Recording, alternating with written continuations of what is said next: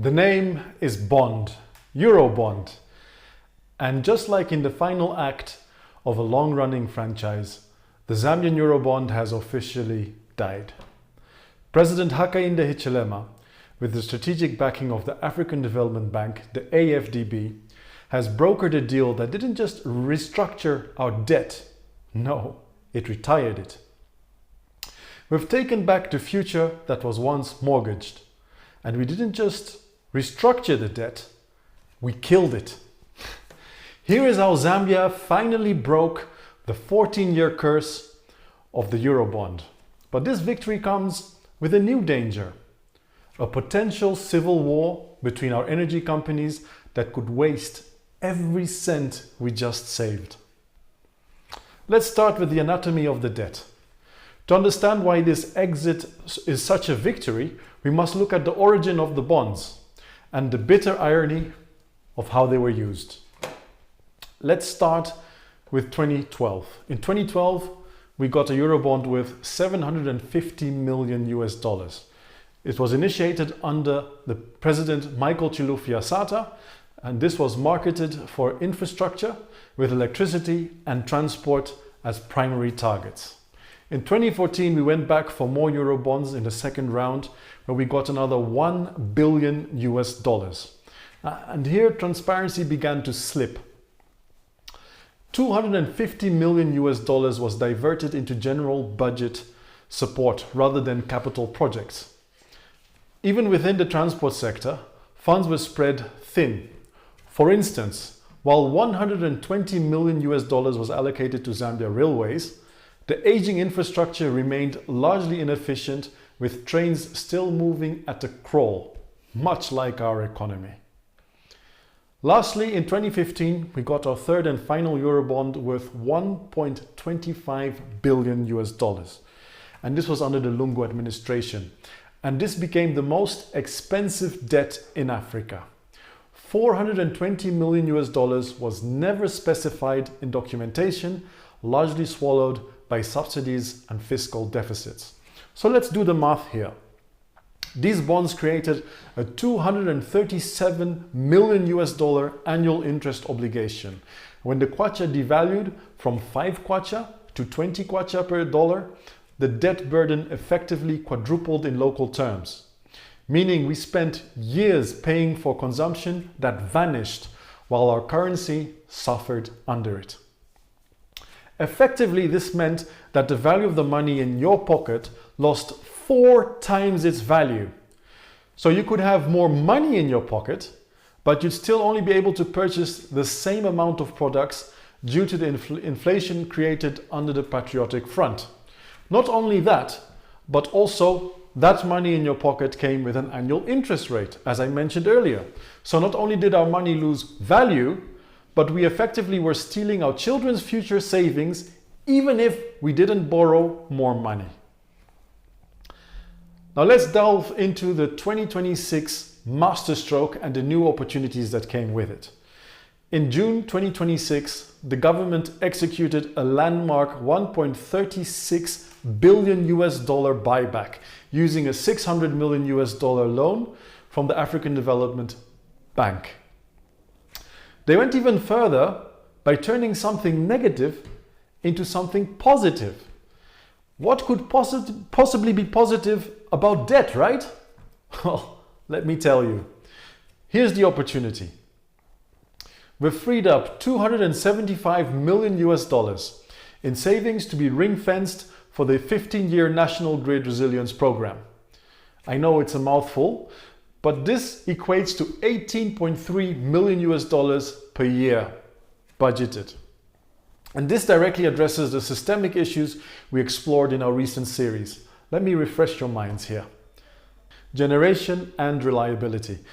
Building on the Mamba 300 megawatt expansion and the Masdar 2 gigawatts targets, these savings stabilize the transmission network needed to handle that new capacity. Then there's the last mile access. This provides the backbone to scale the rural solar mini-grid successes, moving from pilot projects to a national standard. Lastly, it's all about protecting assets as well. So just as we discussed in the Kariba Dam rehabilitation episode, a resilient grid is our only defense against climate-induced volatility. You might be wondering why a debt video suddenly changed to a talk about the power grid. Well, it's because for the first time, the money we're saving is not going into some black hole and disappearing with it. No, it's being ring-fenced to keep your lights on. And of course, the big question is, how did we do it? Well, let me tell you. The $275 million in savings was generated through three primary mechanisms. The first is the discounted buyback. The government repurchased the Eurobonds at a significant discount by offering to buy back the bonds at approximately $84.35 on the dollar for a total of $1.1 billion. The government effectively paid less than the full face value of $1.35 billion to retire the debt. The savings are essentially the difference between the face value of the debt and the lower price paid to settle it. Bondholders ultimately accepted the deal because the government sweetened the offer by raising the purchase price to $85.35 on the dollar and adding a $65 million incentive package. And this removed the incentive for holdouts to wait for potential but uncertain future interest rate hikes. And secondly, there's the trading in of a high interest credit card for a lower interest loan. So what does this mean? The buyback was financed by a $600 million concessional loan from the African Development Bank, the AFDB, as I told you before, as well as with the government's own resources alongside of it. And this allowed Zambia to exit a high interest instrument, which was set to see interest rates jump from 0.5% to 7.5% later in 2026. That's this year. And replaced it with more favorable long-term multilateral financing. So, you need to know that the clock was ticking and it came timely right before the elections. And this brought about reduced debt service pressure.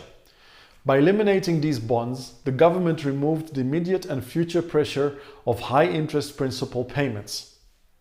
This freed up fiscal space in the national budget. Money that would have otherwise been spent on international creditors is now available for domestic use. Now, the irony here shouldn't be lost on you, because the initial Eurobonds were promised as the engines for electricity and rail expansion, but instead we paid billions in interest for consumption that vanished, while our national grid and rail tracks stagnated. We were told we were all pawato, on the boat, together. But that boat was leaking from the start. We paid for a luxury cruise, only to find out that we were bailing out water with buckets while our own currency lost 75% of its purchasing power. Now, by buying back this debt, we're finally doing what we said we would do over a decade ago. Funding the power sector. Now pause and think though of the years and resources wasted on fixing this costly mistake. Zambia is not the only country to fall in love with the risky Eurobond deals though. With their high interest rates, short maturity periods, having to pay back quickly, and currency mismatch. We were the first African nation to default on our Eurobonds during the COVID-19 pandemic. A label we've now traded for something much better. The first to pioneer this debt for energy exit. And Ghana, Ethiopia, Kenya, Nigeria, and Angola should be watching closely to emulate or improve upon this strategy. Of course, with everything else that one does, there are risks involved. And I want to mention them so we can navigate through this new frontier. Because while this is a victory, we must remain Zambia-proof to the risks linked to this buyout. For starters, I'd like to talk about the implementation risk. Redirecting $275 million into a 15-year program requires flawless execution. by the new entity called the ZamGrid company. If this capital is mismanaged, like we did with the 2014-2015 Eurobond proceeds, well, then the debt for energy model fails. Also, one is forced to wonder how much overlap is there between Zesco, the existing company, the existing electricity company, and ZamGrid company. And there's a fear of confusion that could be created. This, by the way, is the civil war that I was referring to earlier at the start of the video. If these two entities clash, that $275 million saving could vanish in administrative red tape. I'll be watching the first board appointments for the ZamGrid company very closely, and I suggest that you do so as well. There's of course also the world stage risk. We're not an isolated island, we are affected by what happens in the world around us. So while copper prices and the strong Kwacha supported this buyback, the economy remains sensitive to global supply chain disruptions. We must maintain fiscal discipline to ensure the African Development Bank facility serves as a ladder and not a crutch. And lastly, very importantly, there is the item of political accountability. With the elections approaching fast at breakneck speed, the pressure to use these ring-fenced savings for populist spending will be high. The strength of this deal lies in its legal protections, which we must defend at all costs. Already, some members of the opposition have been talking about using the reserves that the current government has painstakingly increased to $6.5 billion on other things that will destabilize the economy that is carefully being rebuilt. God knows what they might want to divert this $270 million to, given the chance, if elected. In closure, I'd like to say that the bond era is over and the grid era has begun. We're no longer asking, how do we pay? We're now asking, how do we produce? With the debt cleared and the grid finally receiving the capital it was promised over a decade ago, I have a question for you. Which of our previous energy episodes do you think will benefit most from this new grid resilience, and which new industries will pop up thanks to the extra electricity that will be generated? Drop your thoughts and comments, and let's keep the Ndawa going. Next episode, we tackle the EU Critical Minerals Partnership. Are we ditching China for European trade? I'd like to hear your thoughts. Join the Ndawa and let's stay Zambia proof. Bye-bye.